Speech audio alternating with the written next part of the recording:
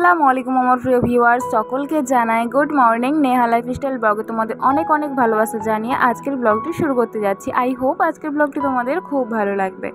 তো গাইস, এখন বাজে ঘড়িতে 8:30 আর এখন থেকে ব্লগটা স্টার্ট করলাম। দেখতেই পাচ্ছ গরম জলের সঙ্গে মধু মিশিয়ে নিচ্ছি। তো এখন থেকে আমার এটাই সকালকার ড্রিঙ্ক। গাইস, মেয়েদেরকে অনেকেই হিয়ানত করে। কারোর বাড়িতে একটা মেয়ে থাকলেও হিয়ানত করে, আবার কারোর বাড়িতে 5টা মেয়ে থাকলেও হিয়ানত করে। কেন যে হিয়ানত করে সেটা আমি জানি না, কিন্তু মেয়েরা, আমি বলবো মেয়েরা হচ্ছে ঘরের লক্ষ্মী। মেয়ে যে বাড়িতে নেই সেই বাড়িটা হচ্ছে অন্ধকার, আর মেয়েরাই হচ্ছে বাড়ির প্রদীপ। একটা মেয়ে বাড়িতে যতটা গোছগাছ করে কাজকর্ম করতে পারে, কোনো ছেলে এরকমভাবে কখনোই করতে পারবে না। কালকে সন্ধ্যের টাইমে কিছু কসমেটিক নিয়ে এসেছিলাম, তো সেই কসমেটিকগুলো তোমাদের সাথে শেয়ার করা হয়নি, কারণ সন্ধ্যের টাইমে আর আমি ব্লগ স্টার্ট করিনি। আমি তো সকাল থেকে ব্লগ স্টার্ট করছি এখন, তো ওই জন্যই সকালে স্টার্ট করার পরে আমি ভাবলাম যে তোমাদের সাথে শেয়ার করি। তো দেখো কি কি নিয়েছি একটা ডাবর গোলাবারি রোজ ওয়াটার, আর তার সাথে নিয়েছি পন্ডস ব্রাইট বিউটি ক্রিম।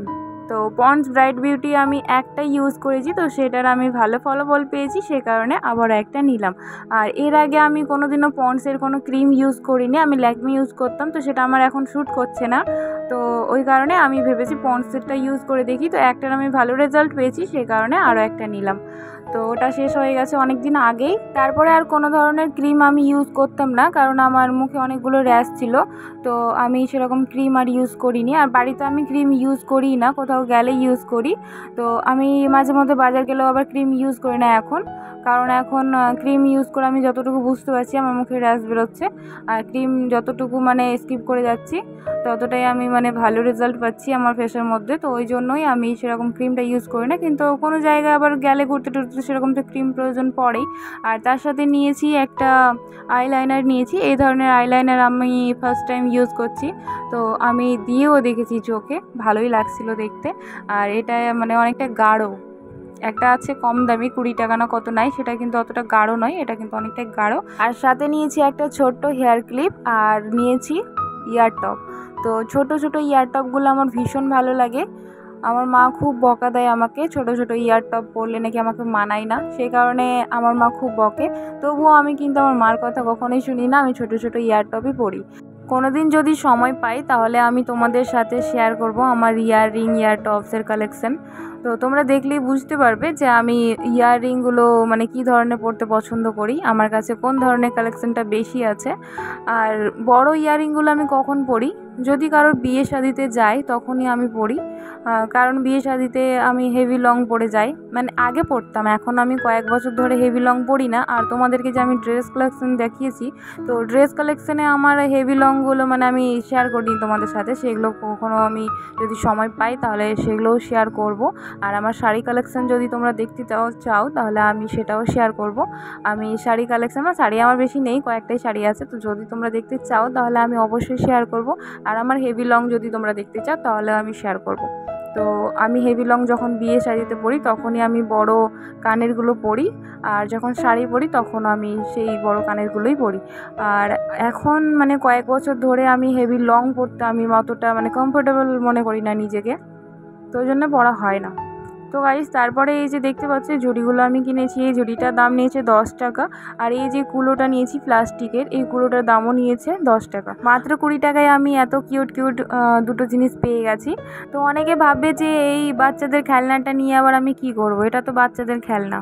এই যে ছোট কুলোটা দেখতে পাচ্ছ, ঝুড়িটা তো বড়দেরও কাজে লাগে, কিন্তু কুলোটা বাচ্চাদেরই খেলনা। কিন্তু আমি কেন নিয়েছি, কি কাজে লাগানোর জন্য নিয়েছি, আমি সবজি কাটার জন্য নিয়েছি, পেঁয়াজ রসুন কাটার জন্য নিয়েছি। সেগুলো কাটলে নিচে পড়ে যায়, এই কুলোতে কাটলে কুলোতেই থাকবে, এগুলো নিচে আর পড়বে না। আর এই যে দেখতে পাচ্ছ, এটা উলের একটা খাঁচাপোষ বানিয়েছিলাম মানে ফিল্টার ঢাকানোর জন্য। তো আমাদের বাড়িতে ফিল্টার ছিল, এখন নেই, আছে কিন্তু খারাপ হয়ে গেছে।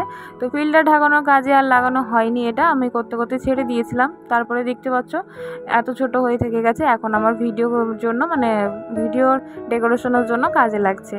এই যে দেখতে পাচ্ছ আমি আলু কেটেছি এই কুলোটার মধ্যে, আর এই যে দেখতে পাচ্ছ বাঁধাকপি কেটে রেখেছি ঝুড়িটার মধ্যে, কি সুন্দর লাগছে না?